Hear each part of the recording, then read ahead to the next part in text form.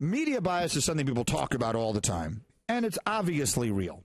Those of us who go into this business, most of us, the ones who are true journalists, and I don't know that what we do here on a day-to-day basis would count as journalism by any stretch, but most of us, for the most part, try to be as fair as we can be.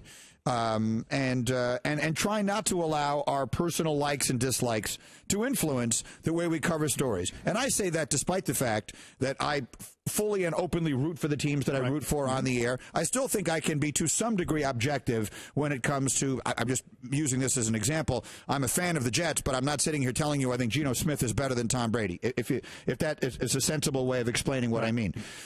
But media bias, for those of us, it is almost impossible to ignore the fact, particularly in sports, that we are much quicker to give a pass to people we like than others.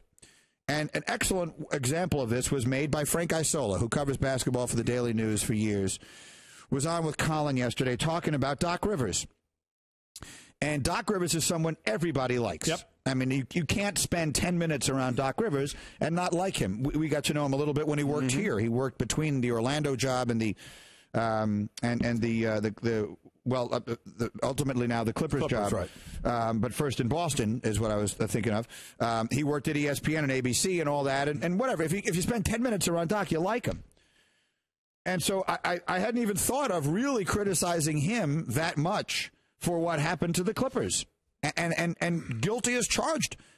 If you think about it, it really has to be because I just have a natural inclination to defend him. Because when Frank Isola said this on Colin yesterday, he's right. You're not going to find a better guy than Doc Rivers. And for people in the media, he's very accessible. But come on now. If Vinny Del Negro had lost that Game 6, what if Scott Brooks had lost that kind of Game 6? I mean, they'd be getting eviscerated by people. You're up 19 with 14 and a half minutes to go. And basically, you lost to Josh Smith and Corey Brewer. Okay. He's right. Yeah, he is. Right? So if Scott Brooks lost that game, we wouldn't be talking about how they need more bench strength, right? We wouldn't be talking about how Doc, the general manager, had let down Doc, the coach. We'd be saying, how the heck? Instead, this is on Chris Paul. It's on Blake Griffin. It's on they're not deep enough. You know, that's a game you're supposed to win. You are supposed to win. I'll disagree. I still put way more percentage on the players on the court. Make your shots. Play some defense. The coach should get some grief. I get it. Because that was a choke job. But the coach isn't taking shots. The coach isn't playing defense. No, but do you agree that if that had happened to Oklahoma City, that Scott Brooks would be getting a lot more of the blame than Kevin Durant and Russell Westbrook? Destroyed, and I would disagree with that. I'll stay consistent. There's no way I would agree with a coach getting railed on more than the players who are out on the court. And it's not like they were undermanned or anything like that. They had all their guys out there. So, but to your point and Frank's point, you're right. We'd have been destroying the coach more than Doc Rivers. But I'll never destroy him in a situation like that more than the players on the court who aren't getting the job done. But it is a statement of fact. When you like someone, you give them more of a pass. And I think overall, forgetting that game now and looking overall, there's more of an issue with him as a GM than a coach. Probably. Yeah. I mean, everyone looks at the situation and says, look at their bench, and they're capped out. And it's his job to accumulate the talent. Right. Now, I heard him saying yesterday, and I think he's right. They're not that far away.